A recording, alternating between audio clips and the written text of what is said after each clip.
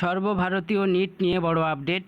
তোমরা জানো যে কিছুদিন আগে নিট পরীক্ষার রেজাল্ট আউট হয় এবং সেখানে বিভিন্ন রকম সমস্যা ধরা পড়ে এবং সেটা নিয়ে কেস হয়। সুপ্রিম কোর্টে কেস চলছিল। সুপ্রিম কোর্ট যেটা জানিয়েছে, 1563 জনের পরীক্ষা বাতিল করা হলো। এই 1563 জন কারা? নিট পরীক্ষায় যাদের গ্রেস মার্ক দেওয়া হয়েছে, অর্থাৎ এই 1563 জন, এদেরই একমাত্র পরীক্ষা বাতিল করা হলো।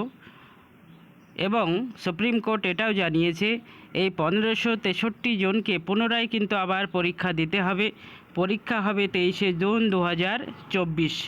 এই পরীক্ষার্থীরা যদি পরীক্ষা দিতে না চায় বা পরীক্ষা দিতে না চাইলে তাদের যে গ্রেস মার্ক দেওয়া হয়েছে সেটা কেটে নেওয়া হবে। এবং নিট 2024-এর যে কাউন্সিলিং, সেটাতে কোনো রকম স্থগিতাদেশ দেওয়া হয়নি, কাউন্সিলিং চলবে। এবং এই 1563 জনের যে পরীক্ষা বাতিল করা হলো, এদেরকে আবার পুনরায় পরীক্ষায় বসতে হবে।